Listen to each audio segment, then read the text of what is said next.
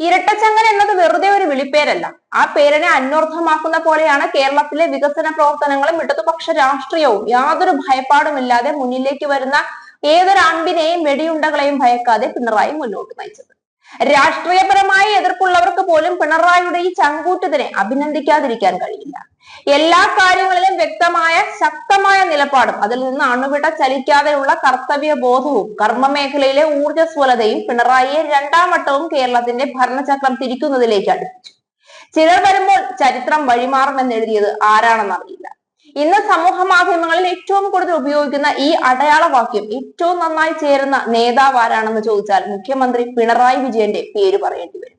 പല ചരിത്രവും അദ്ദേഹത്തിന് മുന്നിൽ വഴിമാറുകയാണ്. നാഴികക്കല്ലുകൾ അദ്ദേഹത്തെ ഇനിയും കാത്തിരിക്കുന്നുമുണ്ട്.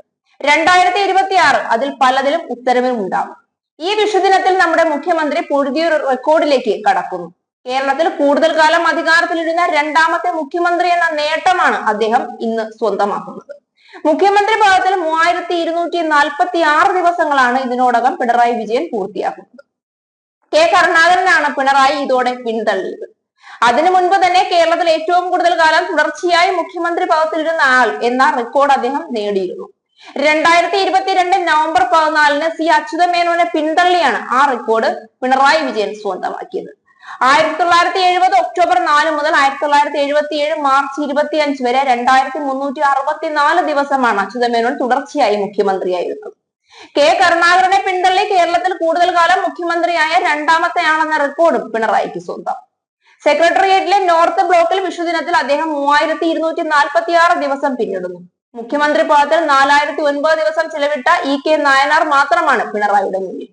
തുടർച്ചയായി മുഖ്യമന്ത്രി സ്ഥാനം വഹിക്കുന്ന കമ്മ്യൂണിസ്റ്റ് നേതാക്കളിൽ ജ്യോതി ബസുവിനും മണിക് സർക്കാരിനും ബുദ്ധദേവ് ഭട്ടാചാര്യയ്ക്കും പിന്നിൽ 4ാം സ്ഥാനത്താണ് പിണറായി വിജയൻ ഇപ്പോൾ ഉള്ളത്. പശ്ചിമ ബംഗാളിൽ ജ്യോതി ബസു 23 വർഷവും 137 ദിവസവും, ത്രിപുരയിൽ മണിക സർക്കാർ 19 വർഷവും 363 ദിവസവും, ബംഗാളിൽ തന്നെ ബുദ്ധദേവ് ഭട്ടാചാര്യ 10 വർഷവും 190 ദിവസവും പിന്നിട്ടു. പിണറായി വിജയൻ വിഷുദിനത്തിൽ 8 വർഷവും 10 മാസവും 20 ദിവസവും പിന്നിടുന്നു. അടുത്ത വർഷം മെയ് 26 തുടർഭരണത്തിൽ 10 വർഷം പൂർത്തിയാക്കും. ബംഗാളിലെ ത്രിപുരയിലെ കമ്മ്യൂണിസ്റ്റ് മുഖ്യമന്ത്രിമാർ സൃഷ്ടിച്ച തുടർഭരണ റെക്കോർഡുകൾ ഭേദിക്കാൻ അവിടെ അടുത്ത കാലത്തൊന്നും ആർക്കും കഴിയില്ല. അവിടങ്ങളിലെല്ലാം കമ്മ്യൂണിസ്റ്റ് പാർട്ടി തന്നെ ആദ്യം മുതൽ കെട്ടിപ്പൊക്കേണ്ട അവസ്ഥയിലാണ്.